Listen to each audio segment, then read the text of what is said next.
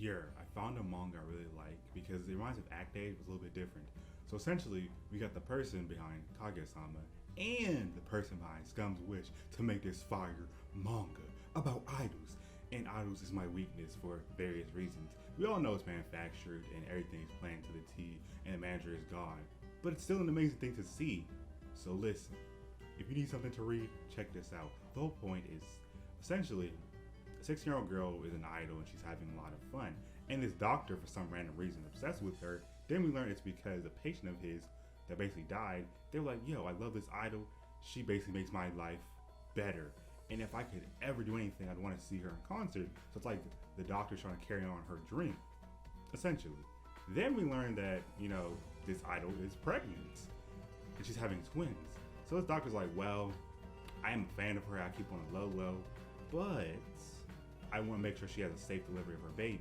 And then for some strange reason, a random guy or person, I think it's a guy, killed the doctor and he got reincarnated as that idol's child.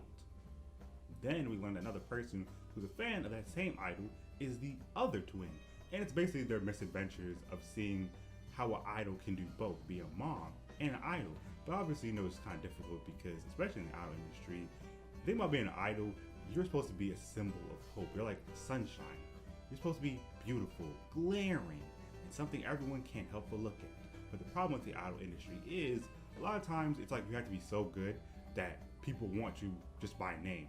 Shouldn't I be like, oh, Ai-chan, she's cool, but why should I care about her?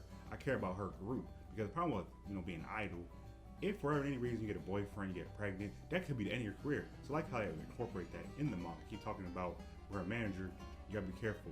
Why won't you tell us the guy that knocked you up? We need to know about this in case, somebody mentions it later or it comes up.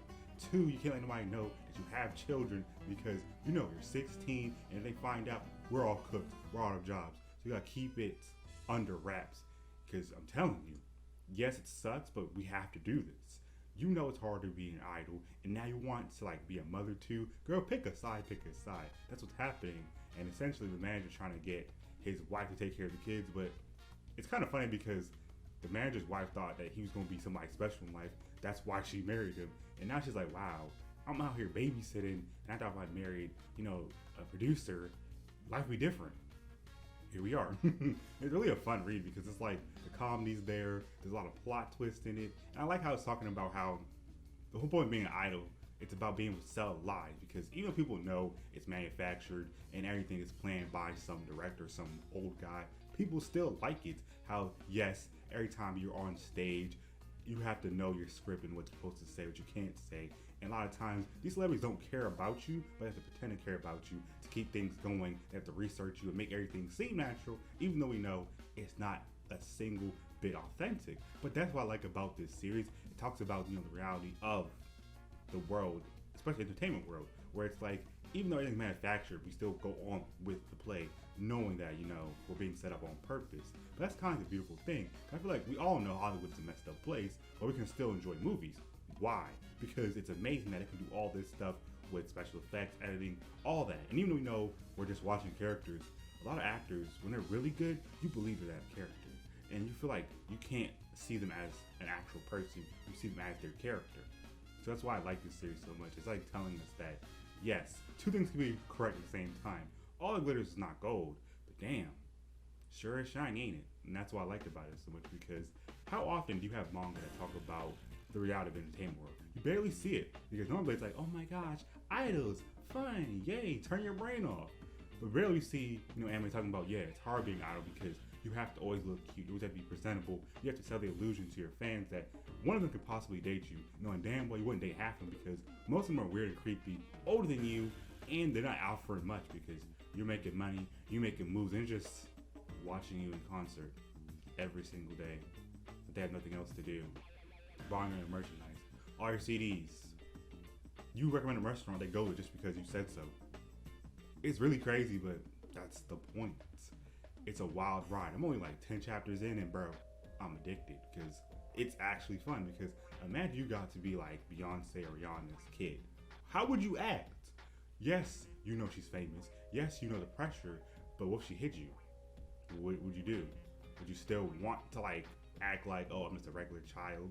or would you like fangirl, fanboy on the low? And that's why I like the series so much. It talks about how that would all play out. Like I said, I'm a fan of isekai because it's just a power trip. I want to see random white-looking people in Europe with powers. And why is it always like a Europe-looking place? It can't be in Italy once. It can't be somewhere else like Spain, Portugal. Come on now. It's always the same 5 settings with castles and knights and dragons. And if it's not, it still looks like Europe. That's why I don't like isekai elements most of the time, because it's like, can't relate. But this time, it's a reincarnation that actually worked out. Because even though I'm worried that, the doctor could grow up, and then it's like, damn, you lost your whole career as a doctor just to be an idol's child.